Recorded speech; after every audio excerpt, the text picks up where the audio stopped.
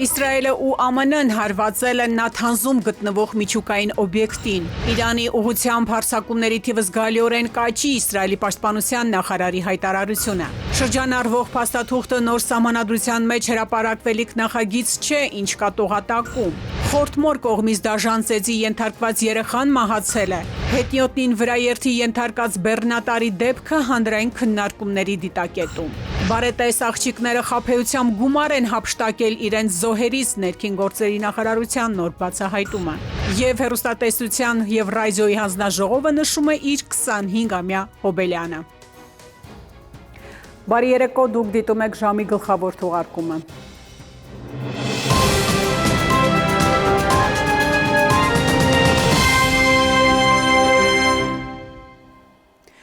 Իսրայելն ու Միացյալ Նահանգները հարվածել են Նաթանզում գտնվող միջուկային օբյեկտին։ Իրանի ատոմային էներգիայի կազմակերպության տեղեկացմամբ ռադիոակտիվ նյութերի արտահոսք չի եղել և հարակից շրջանների բնակչությանը վտանգ չի սպառնում։ Կազմակերպության դիտարկմամբ հասցված հարվածը հակասում է միջուկային անվտանգության միջազգային նորմերին։ Նշենք, որ սա Վաշինգտոնի և Թել Ավիվի կողմից Նաթանզի համալիրի վրա հարձակման առաջին փորձը չէ։ Իրանի իշխանությունները նախկինում հայտարարել են, որ թշնամին մարտի 1-ին հարվածների երկու շարք է հասցրել Նաթանզին։ Աղտոտման վերաբերյալ հաղորդագրություններ այս ընթացքում չեն եղել։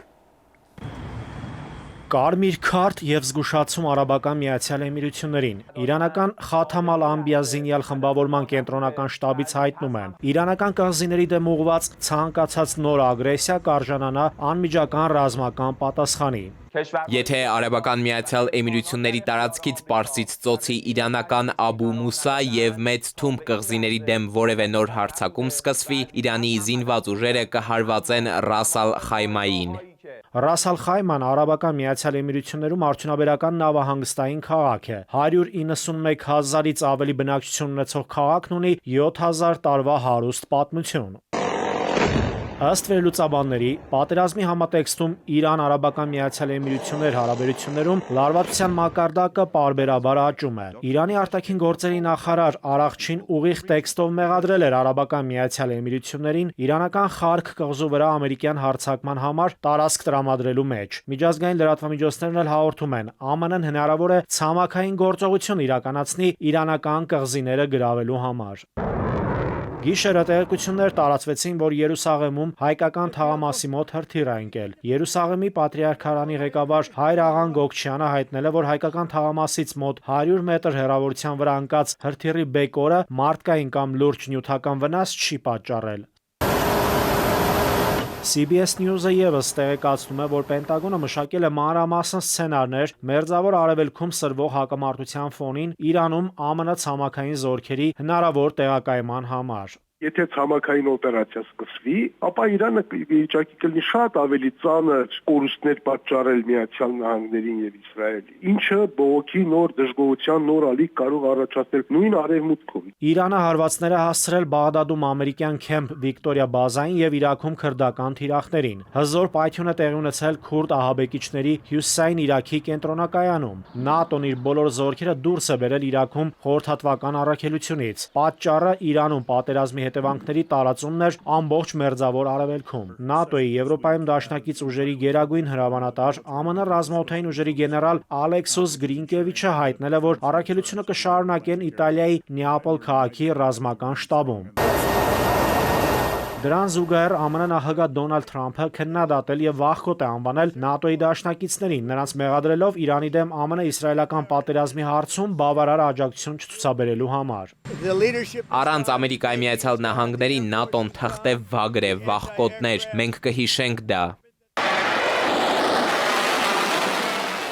Իրանը Իսրայելի կենտրոնական հատվածների վրա արձակել է բալիստիկ հրթիռ կասետային զինամթերքի մարտագլխիկով։ Իրանը երկու բալիստիկ հրթիռ է արձակել նաև Հնդկական օվկիանոսում գտնվող Դիեգո Գարսիա կղզում տեղակայված բրիտանա-ամերիկյան համատեղ բազայի ուղղությամբ։ The Wall Street Journal-ը հայտնում է, որ բազան գտնվում է Իրանից մոտավորապես 4000 կիլոմետր հեռավորության վրա։ Այն ամերիկյան ուժերի համար կարևոր ռազմավարական կենտրոն է, որտեղ տեղակայված են հեռահար ռմբակոծիչներ, միջուկային սուզանավեր եւ կառավարվող հրթիռներով ականակիրներ։ Տեղեկություն տարածվեց նաև, որ ամերիկյան հետախուզական անօդաչու թռչող սարք է նկատվել Պարսից ծոցի վրա Իրանի ափերի եւ Բուշեր քաղաքի մոտակայքում գտնվող ատոմակայանի մոտ։ 14 կիլոմետրից ավելի բարձրության վրա հետախուզություն իրականացնող սարքը կարող է օդում մնալ 10-ից 15 ժամ։ Իրանի ատոմային էներգիայի կազմակերպությունը ՌԻԱ Նովիստին հայտնել է, որ Իսրայելն ու ԱՄՆ-ն հարվածել են Նաթանզում գտնվող Շահիդ Ահմադի Ռոուշանի անունը կրող ուրանի հարստացման միջուկային օբյեկտին։ Հարված ըստ հաղորդագրության հակասում է միջուկային անվտանգության միջազգային նորմերին։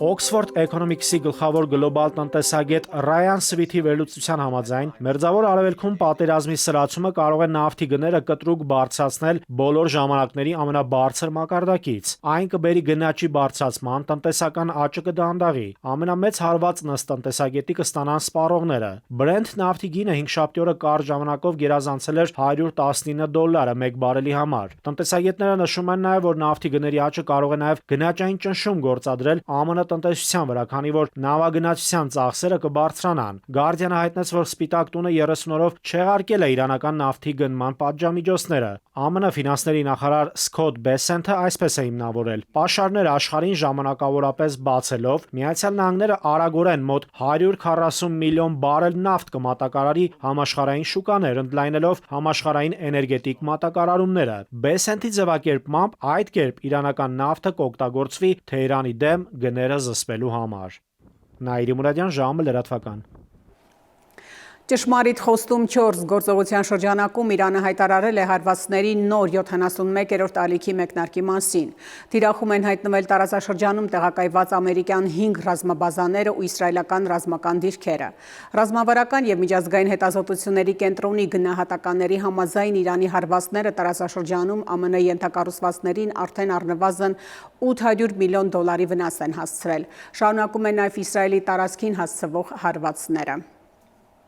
Իսրայելը զգուշացնում է Իրանի դեմ հարվածները զգալիորեն կաճեն, առաջիկա զարգացումներին վերաբերող հարցին ի պատասխան հայտարարել է Իսրայելի պաշտպանության նախարար Իսրայել Կացը։ Առաջիկա շաբաթվա ընթացքում հարձակումների ինտենսիվությունը, որոնք Իսրայելի պաշտպանության բանակը եւ ամերիկյան զինվորականները կիրականացնեն իրանական վարչակարգի եւ նրանց ծառայող ենթակառուցվածքների դեմ, զգալիորեն կաճի եւ ԱՄՆ նախագահ Դոնալդ Թրամփի ու Իսրայելի վարչապետ Բենյամին Նեթանյահուի գլխավորած արշավը կշարունակվի։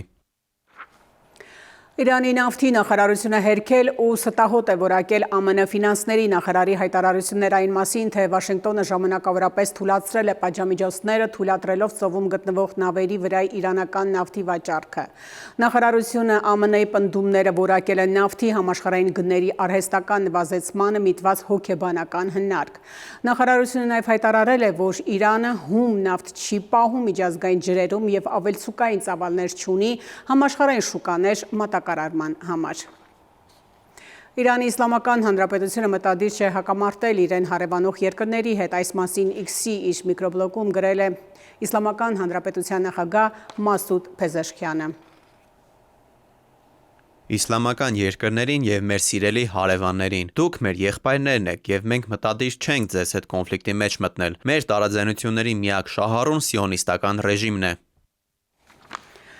Նովրուզի առիթով Իրանից Հայաստան եկող զբոսաշրջիկների թիվը Մերձավոր Արևելքում տիրող իրավիճակի պատճառով այս տարի մի քանի անգամ կրճատվել է։ Հայաստանի զբոսաշրջության ոլորտը այնուամենայնիվ շնորհիվ այլ երկրներից այցելուների հոսքի լուրջ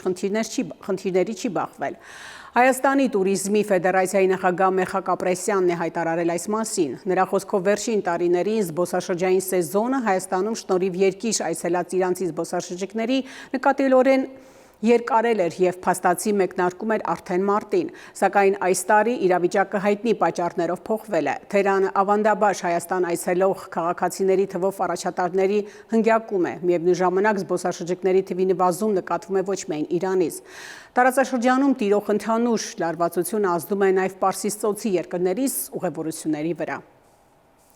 Աշխարհը վերադառնում է մի փուլի, երբ չկար միջազգային իրավունք եւ ամեն ինչ վճռվում էր միայն ուժով։ Այս մասին հայտարարել է Ռուսաստանի արտաքին գործերի նախարար Սերգեյ Լավրովը։ Նա հավելել է, որ դեռ ռուսական կայսրության ժամանակներից կար գիտակցում, որ Ռուսաստանը ունի միայն երկու դաշնակից՝ բանակը եւ նավատորմը։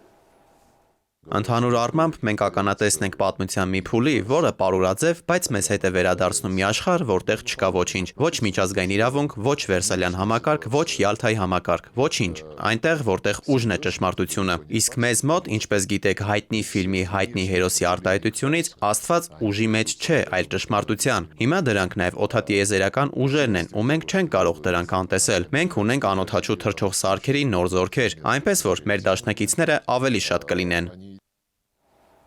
Դոնալդ Թրամփի ձևավորած խաղաղության խորհուրդը Պաղեստինյան Համաս խմբավորմանը զենքը վայր դնելու առաջարկ է ներկայացրել։ Առաջարկում նշվում է, թե ինչպես պաղեստինցի զինյալները կարող են դա անել։ Առաջարկը Համասին է ներկայացրել Կահիրեում տեղի ունեցած հանդիպումների ժամանակ։ Բանակցությունների ներկա են եղել Գազայում խաղաղության խորհրդի Թրամփի կողմից նշանակված բանագնաց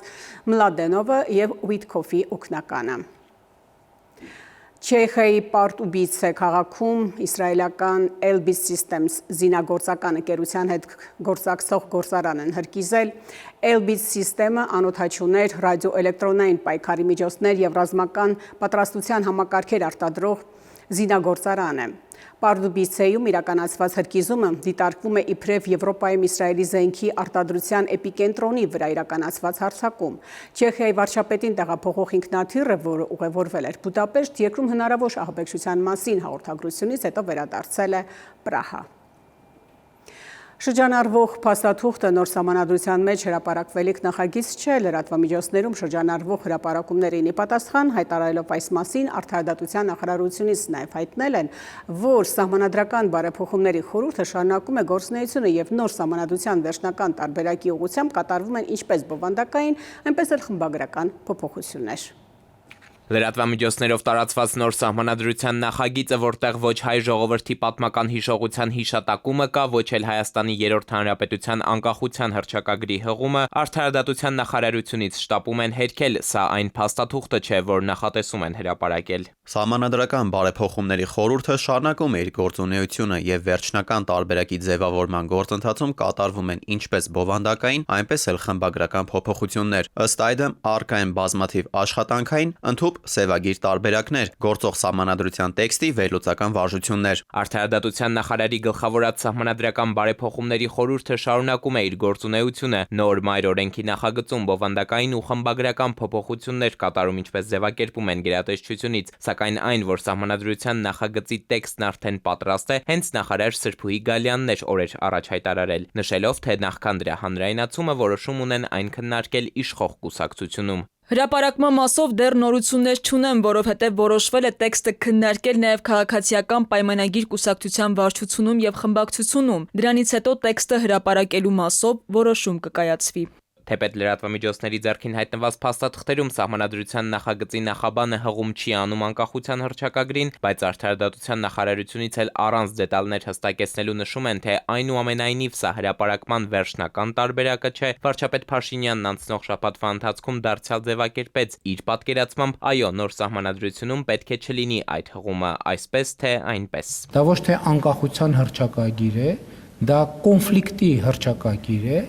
եւ արդյունքում կախվածության հռչակագիր։ Ժամը լրատվականին սահմանադրությունը բարեփոխող խմբից փոխանցում են, որ անկախության հռչակագիրը նոր սահմանադրությունում պահել չպահելու հարցն առայժմ քննարկման նույնիսկ չեն առել։ Խորհրդի անդամները նաև չգիտեն, թե երբ այդ հարցը օրակարգային կդառնա։ Ավելի վաղ էլ մեծ զրույցում խորհրդի անդամներից օրինակ քաղաքասարակությունը ներկայացնող Դանիել Յոհաննիսյանն ասել էր, թե երբ այդ հարցը քվեարկության դնեն, ինքը հավանաբար ձեռնպահ կմնա։ Մյուս անդամներից էլ նշել էին, որ այնուամենայնիվ Ալիևի հրահանգները կատարելուն դեմ են, բայց փորձագետների աչքը մեկ ուրիշ հանգամանք է առնում։ Վտանգավոր են համարում վարչապետ Փաշինյանի հայտարարություններն այս թեմայի վերաբերյալ, քանի դեռ անկախ խորհուրդն իր որոշումը չունի։ Դա նաև անալոգիա անենք վերջին տարիներին եւ ինստիտուցիոնալ զարգացումների եւ անվճարական որոշ այլ process-ների հետ էլ համատեղ, ապա կարող տեսնել, որ ամենաբարձր մակարդակով արված հայտարարությունները վերջնարդյունքում կյանքի են կոչվում, անկախ նրանից, թե ներքևի օղակներում այլ ինչ process-ներ կարող են ընթանալ։ Ինչ վերաբերում է Ալիևի հայտարարություններին, թե իբր Հայաստանի անկախության հռչակագիրն իր սահմանադրական ուժով տարածքային պահանջ է իրենց նկատմամբ, ապա մասնագետներն այստեղ հիշեցնում են Հայաստանի բարձր դատարանի դիրքորոշումը։ Սահմանադրական դատարանի դատավորները եզրակացրել էին, թե երրորդ հանրապետության ծննդյան վկայականին հղում անելու ձևակերպումը իրավական ուժ ու նշանակություն չունի, բայց սա էլ փաստացի չի բավարարում Բաքվի բռնապետին։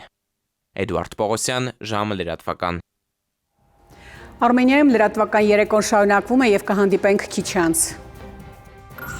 Խորթմոր կողմից դաժան ծեծի ենթարկված երեխան մահացել է։ Հետիոտնին վրաերթի ենթարկած բեռնատարի դեպքը հանրային քննարկումների դիտակետում։ Բարետես աղջիկները խաբեությամբ գումար են հափշտակել իրենց զոհերից ներքին գործերի նախարարության նոր բացահայտումը։ Եվ հեռուստատեսության եւ ռադիոյի հանձնաժողովը նշում է իր 25-ամյա հոբելյանը։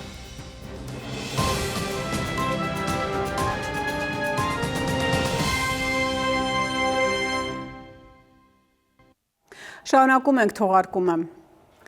Վարչական դատարանը մերժել է Հայաստանի էլեկտրական ցանցեր ընկերությունը պետականացնելու օրենքը ապօրինի ճանաչելու սահմանադրական դատարանը դիմելու միջնորդությունը։ Այս մասին հայտնել են հանրային ծառայությունները կարգավորող հանձնաժողովից։ Տաշիր կապիտալը փորձաքննություն անցկացնելու պահանջով եւս մեկ միջնորդություն էր ներկայացրել դատարան պարզելու համար ՀԵՑ-ը իրենց սերվերներից ջնջել է արդյոք բաժանորդային հաշիվներին վերաբերող տվյալները։ Այս գործով վճիռը դատարանը հետաձգել է մինչև հաջորդ դատական նիստը։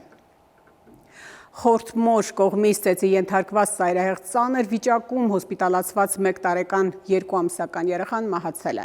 Արաբկիր բժշկական կենտրոնից են հայտնում այս մասին։ Հիշեցնեմ, որ մարտի 16-ի կեսգիշերն անց կլինիկական մահ ախտորոշմամբ Արաբկիր բժշկական կենտրոն էր տեղափոխվել տղա երեխա, որի նախնական տեղեկությունների համաձայն ծեծի էր ենթարկել խորթ մայրը։ Քննչական կոմիտեից ավելի ուշ հայտնեցին, որ երեխայի նկատմամբ բռնություն կիրառելու դեպքով ձերբակալվել է 1 անձ։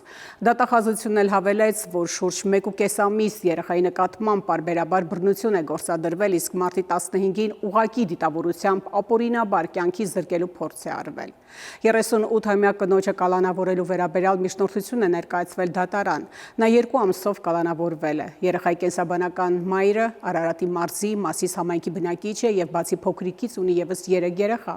Նրանցից 2-ը հանձնված են խնամակալության Երևանում, բնակվող խնամակալ ընտանիքի երեխաներից մեկին էլ պահում է տատիկը, իսկ փոքրիկը վերջին շրջանում հոր եւ խորթ մոր խնամքի տակ էր։ Երեխայի հայրը եւ խորթ մայրը բնակվում են Երևանի Արաբկիր համայնքում։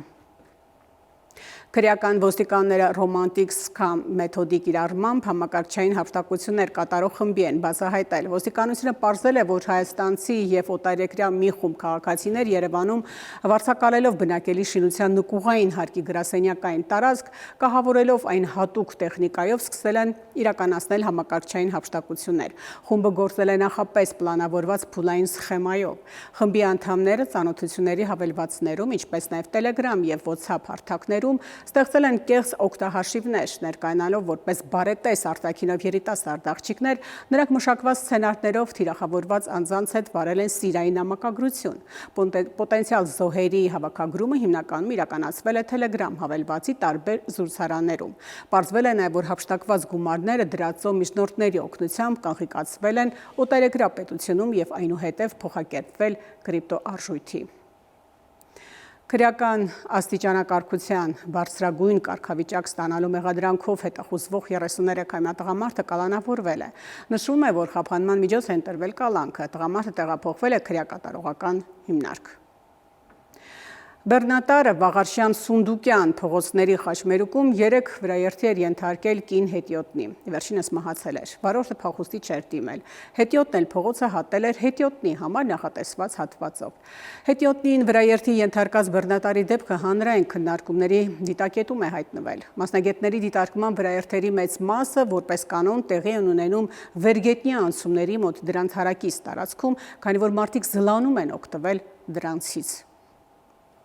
Ներկայացվող կադրերում արձանագրվել է մայրաքաղաքի փողոցներից մեկում 3 տեղի ունեցած մահվան երգով վրաերթի սահմռկեցուցիչ դեպքը։ Հետիոտնի համար նախատեսված հատվածով փողոցը հատած քաղաքացուն հարվածած ու գետնին տապալած բեռնատարը անտեղյակ կատարվածին վրաերթի է ենթարկում նրան։ Քաղաքի աղմկոտ փողոցներում ամեն օր հարյուրավոր մարդիկ են հատում ճանապարհը, միանգամայն վստահ, որ անվտանգ ու անփորձանք կհասնեն իրենց նպատակակետին։ Մասնագետների դիտարկմամբ վրաերթերի մեծ մասը տեղի են ունենում վերգետնյա անցումների մոտ դրանց հարակից տարածքում, քանի որ մարդիկ զլանում են օգտվել դրանցից։ Ժամանակին օրինակի համար պատճառաբանում էին, որ ստորգետնյա անցումներից հոտ է գալիս, չեն խնամում նման բաներ, դրա համար չեն անցնում։ Հիմա վերգետնյայի շեն անցնում։ Ցանկանում ես նախատել, մարդիկ պատասխանում են, բա կարող է խնդրեմ ունեմ առողջական խնդիր, բայց դա արդեն բերում է ծանր հետևանքների։ Քաղաքային պայմաններում խնդիրը առավել ընդգծված ու հաճախադեպ է խիտ երթևեկության փողոցներում, որտեղ հետիոտների եւ տրանսպորտային միջոցների շարժը հաճախ խաչվում է։ Մասնագետների համոզմամբ հետիոտների շահերը պետք է պաշտպանվեն եւ լինեն առաջնային, սակայն դրա հետ մեկտեղ պետք չէ մոռանալ նաեւ վարորդների շահերի մասին։ Նրանց կարծիքով մարդիկ շատ դեպքերում փողոցը անցնում են երթևեկության կանոնների անտեսմամբ։ Մարդիկ սկսել են կապյուշոնը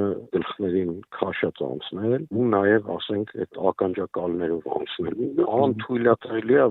որ մարդիկ իրենց կյանքին նման կերպ վերաբերվեն։ Խնդիրների կարգավորման համար մասնագետները օրենքի խստացումից բացի վերահսկողության ուժեղացման անհրաժեշտություն են տեսնում։ Նրանք խստացման եւ հետեւողական աշխատանքների իրականացման կողմնակիցն են։ Մասնագետները նաև նկատում են լուրջ խնդիր են նաև բեռնատար մեքենաների կույր գոտիները։ Լինում են իրավիճակներ, երբ վարորդը պարզապես չի տեսնում իր դիմաց կամ կողքին գտնվող հետիոտնին։ Միևնույն ժամանակ ծանր մեքենաները չեն կարող նույն արագությամբ արձագանքել, ինչ փոքր ավտոմեքենաները, ինչը զգալիորեն մեծացնում է վթարի ռիսկը։ Եթե վրայերթ ընթացքի ժամանակ է կատարվում, այստեղ նաև կարևոր է թե որ հատվածից է փողոցը հատել,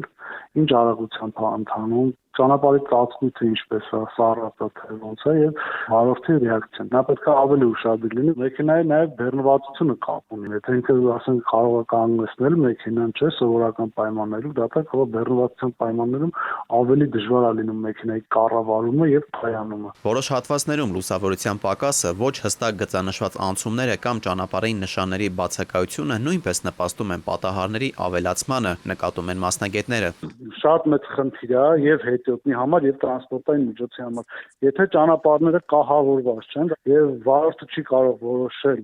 ասենք որն է ճիշտ իրագիծը, ինքը պետք է արդեն իր պատկերացումով քշի, դա մեծ խնդիր է բերում թե երթևեկության մասնակիցների համար, թե հենց վարորդի համար։ Այս ֆոնին յուրաքանչյուր վրայերթ վերստին հիշեցում է, ճանապարհը ընդհանուր տարածք է, որտեղ յուրաքանչյուր սխալ կարող է ունենալ անդառնալի ճակատագրական հետևանքներ։ Իսկ անվտանգության հարցը շարունակում է մնալ հանրային ուշադրության կենտրոնում, պահանջելով առավել մեծ զգոնություն։ Դավիթ Թադևոսյան, ժամը լրատվական։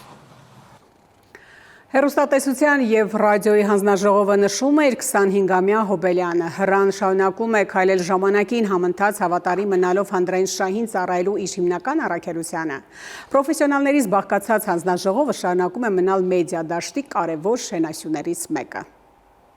Հեռուստատեսության եւ ռադիոյի հանձնաժողովը նշում է իր գործունեության 25-ամյակը։ Քառորդ դար շարունակ կառույցը եղել է հեռարձակման ոլորտի հավասարակշռված զարգացումը, մրցակցային միջավայրը եւ օրենսդրական նորմերի պահպանումն ապահովող Հայաստանի մեդիա դաշտի գործունեությունը կարգավորող կարևորագույն մարմիններից մեկը։ Նկատած կլինեք, որ որևէ ճնշումներ չկա, չի կարող լինել եւ այդպիսի նպատակ չունենք եւ եթե մենք ինստիտուցիոնալ մեր նվաճումները հանենք, որովհետեւ տասնյակ կարգեր ենք ընդունել, համակարգում է ամբողջ դաշտը, մենք փորձում ենք պաշտպանել հեղինակային իրավունքը, ապա ամենակարևոր ձեռքբերումը դա այսօրվա մեր անկախ կարգավիճակն է։ Չնայած սոցիալական հարթակների աճող ազդեցությանը, երբ տեղեկատվությունը դառնում է գրեթե անվերահսկելի, հեռուստատեսության ռադիոյի հանձնաժողովը շարունակում է պահպանել բարձր վարկանիշը, կարևորելով ու ապահովելով հեռարձակողների պատասխանատվությունն ու հանրային շահի պաշտպանությունը։ Սոցցանցերը իհարկե իրենց խոհվածությունը նաև ֆունկցիաները ունեն, դա թեև լրատվության միջոց է, բայց լրատվության պետք է պարզել, թե որ հարկն է, նկուղ է, վերջնահարկ է, ցեղնահարկ է։ Այսօր երբ մեդիա սպառման ձևերը փոխվում են, հանձնաժողովի դերը դառնում է առավել արդիական։ Ոլորտի վերահսկումն իրականացնելուց զատ հանձնաժողովը նպաստում է նաև առողջ մեդիա միջավայրի ձևավորմանը, խրախուսելով որակյալ բովանդակությունն ու բազմակարծրությունը։ 25 տարվա ընթացքում իրականացված աշխատանքը ցույց է տալիս, որ արագ փոփոխվող տեղեկատվական դաշտում անգամ հնարավոր է պահպանել կայունություն, վստահություն եւ անկախություն։ Հեռուստատեսությունը այնուամենայնիվ ինչ է, դա արտադրական արտադրանք է, մեդիա արտադրանք է, ինչքան էլ որ իրավիճակը փոխվի եւ տեխնոլոգիաները զարգանան, միևնույն է հեռուստատեսության եթեր հեռարձակելու մատուցումը եւ ձևը կփոխվի, բայց ինքը որպես այդպիսին, որը կարողանում է տրամադրել մեդիա արտադրանք կմնա։ Հեռուստատեսության ռադիոյի հանձնաժողովը շարունակում է քայլել ժամանակին համընթաց, արձագանքելով նոր մարտահրավերներին հավատարիմ մնալով հանրային շահին ծառայելու իր հիմնական առաքելությանը։ Քառորդ դար անց կուտակված փորձով, հեղինակությամբ եւ ստանձնած պատասխանատվությամբ հանձնաժողովը շարունակում է մնալ մեդիա դաշտի կարևոր հենասյուներից մեկը։ Քնարիկ Պետրոսյան, Վահրամ Ավոյան, ժամը լրատվական։ Մարտի 21 ամբողջ աշխարհում նշվում է որպես անտառների միջազգային օժ, Հայաստանում այն ընդունված է համարել նաև որպես անտառագետի օժ։ Բնական ռեսուրս լինելուց բացի անտառները մեր ազգային անվտանգության, էկոլոգիական հավասարակշռության եւ ապագա սերունդների բարեկեցության երաշխիք են դիտարկվում։ Հենց այս գիտակցությամբ պետությունը հետևողականորեն ընդլայնում անտառվերականգնման եւ անտառապատման աշխատանքների ծավալները։ Շրջակա միջավայրի նախարար Շամբարձում Մաթևոսյանի տեղեկացմամբ արձանագրվել է տնկանյութի արտադրության աճ, համայնքների կանաչապատման խթանման նպատակով տեղական ինքնակառավարման մարմիններին տրամադրվել է ավելի քան 25,000 տնկի։ Շուրջ 9,000 հեկտար անտառածածկ տարածքներում էլ իրականացվել են անտառային վնասատուների եւ հիվանդությունների դեմ կենսաբանական պայքարի միջոցառումներ։ Արմենիայի ուղիղ եթերում լրահոսը սպառված է, շնորհակալություն ուշադրության համար, ցտեսություն։